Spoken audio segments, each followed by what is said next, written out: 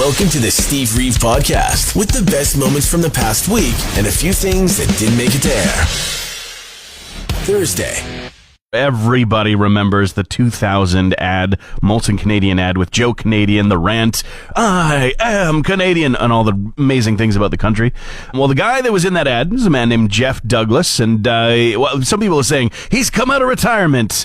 He's come out of hibernation. No, really, I mean, he's been around. He's been on CBC Radio for a long time now. Currently, he hosts Main Street Nova Scotia. He is a Nova Scotia originator, but he decided it was time again, and I don't think he was alone on this one. He says that it was an anonymous collective that put the money together to re-up the Canadian rant. It has become a new thing again in 2025. I love this, a quarter century later. But it's not Joe Canadian in it, because that was a character that was invented by Molson Canadian. This is Jeff Douglas being Jeff Douglas, and we're loving him for it, citing all of the great things that have come out of Canada. Ketchup chips, peanut butter, yoga pants. It is the land of universal health care and the bench clearing for all, of innovation and optimism and getting her done. This is the land of the peacekeeper and the Shawinigan and handshake. Are we perfect? No, but we are not the 51st anything. We are the first to unite in a crisis, the first to build bridges, not walls, and the first to stand on guard for thee. My name is Jeff, and we are Canadian. Chills, got the goosebumps, the Canadian goosebumps. If you want to check out the full thing, we've got it for you on the blog at cruzradio.com. It's also just all over the internet in Canada this morning. We are absolutely loving it. Jeff Douglas is asking all of us here in Canada to lock the frig in. It's time for Cruz Music News with Steve Reeve.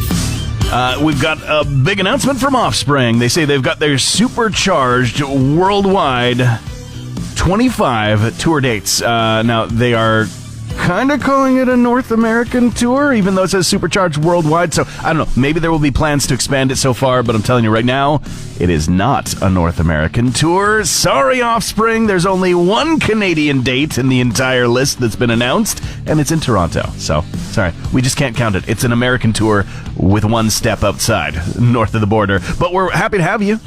They're going to be touring alongside Jimmy Eat World and Newfound Glory for most of the dates that they've listed. Would be a great show. Glastonbury 2025, likewise, outlining what's to be expected for fans. The first announcements of acts included headliners Olivia Rodrigo, the 1975, Neil Young as well, and big acts to join them.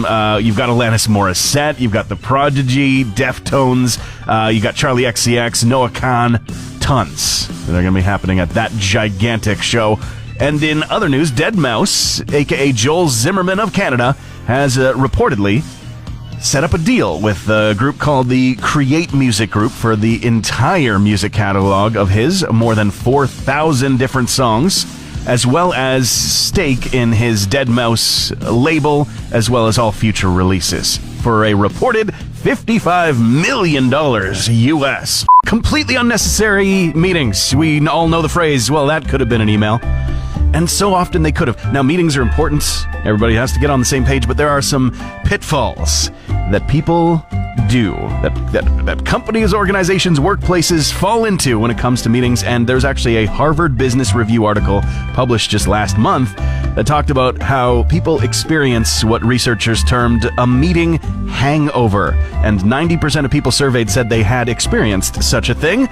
What causes meeting hangovers? Well, people said that, like the majority of people saying that irrelevance of topics discussed, as well as a lack of clear agenda or objectives and poor time management were the main things. And that's obvious. That's so obvious. That's the main thing that you have an issue with. You're like, I could be doing something else. And then you feel like, well, if that time was just wasted, I don't have the motivation right after to get right back on the horse and do it. People are saying that, there's a few things you can do. First of all, pare it down. Anybody who's not essential for the meeting, kick them out, cut them loose, let them have the time away. If they are absolutely necessary there, then make sure that their time is valued and that it's an efficient meeting. And here's the key thing, I think, and this is coming from Steve. If there's things to do, if there's action items, there has to be a name assigned to that. There has to be a name beside that. It has to go to someone. It can't just be like this amorphous thing. Oh, well, I hope that this gets done. Great. Unless somebody is told or knows that they're doing it, it probably won't be. And then you gotta have another meeting, don't you? Friday.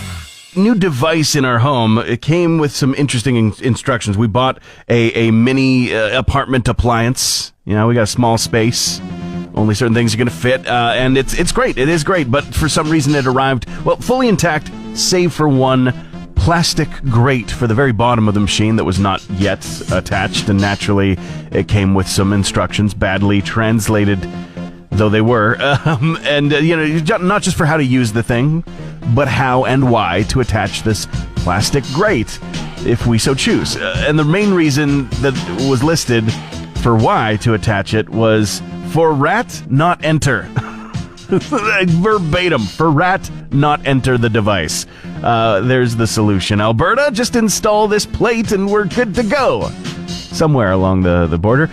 This Albertan boy here, I can't even imagine finding a rat, dead or alive, up in the guts of some appliance. Especially like after it's been in use, or if like it chewed on the electrics. No thanks.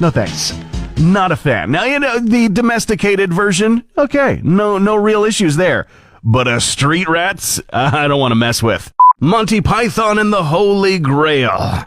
A movie that is a source of great hilarity, as well as, I think, a source of great contention between people who love it, people who just do not get it.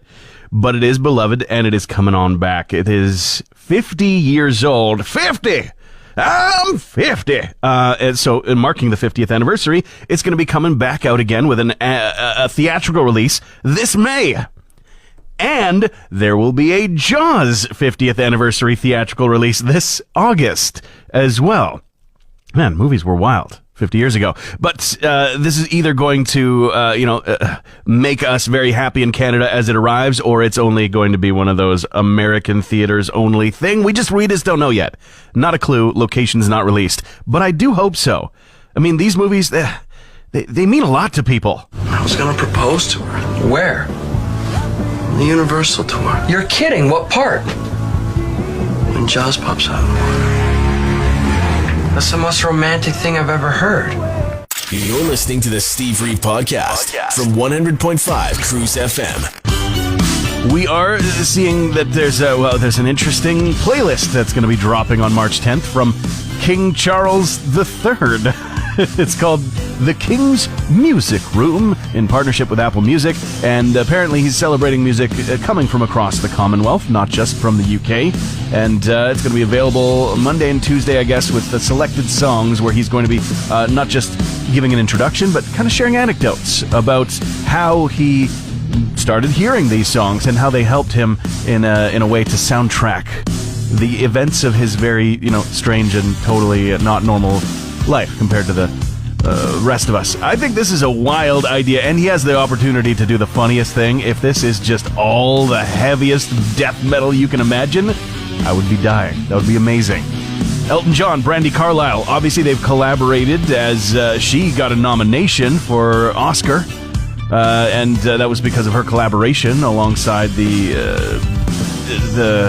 big documentary sort of series, the life of Elton John put to film. But they've also put out an album, and they're calling the new single Swing for the Fences, something that everybody who's young and questioning who they are in this world should have an opportunity to listen to. Dolly Parton in the news because of, unfortunately, the loss of her husband, Carl Dean. They had been married for 6 decades. He died earlier this week at the age of 82, and she, of course, put out a message saying that she was remorseful and sad about the loss, but that she also shared many great years and wants some time. Now she's actually shared a song in honor of Carl Dean and his passing. She says, he is in God's arms now, and I am okay with that. I will always love you. Very, very touching. Promise I'm not gonna make a big deal, rant about daylight saving, anything like that. I'm simply here to inform that this weekend we lose an hour. For whatever reason. Okay, no, I said I wouldn't. It's totally stupid. But no, we're gonna, Sunday morning, lose the 1 a.m. hour. It's gonna go 12:59 to 2 a.m., just like that. Gonna snap Your phone's going to do it automatically, your devices and all that stuff. But your brain might not if you're still up and moving.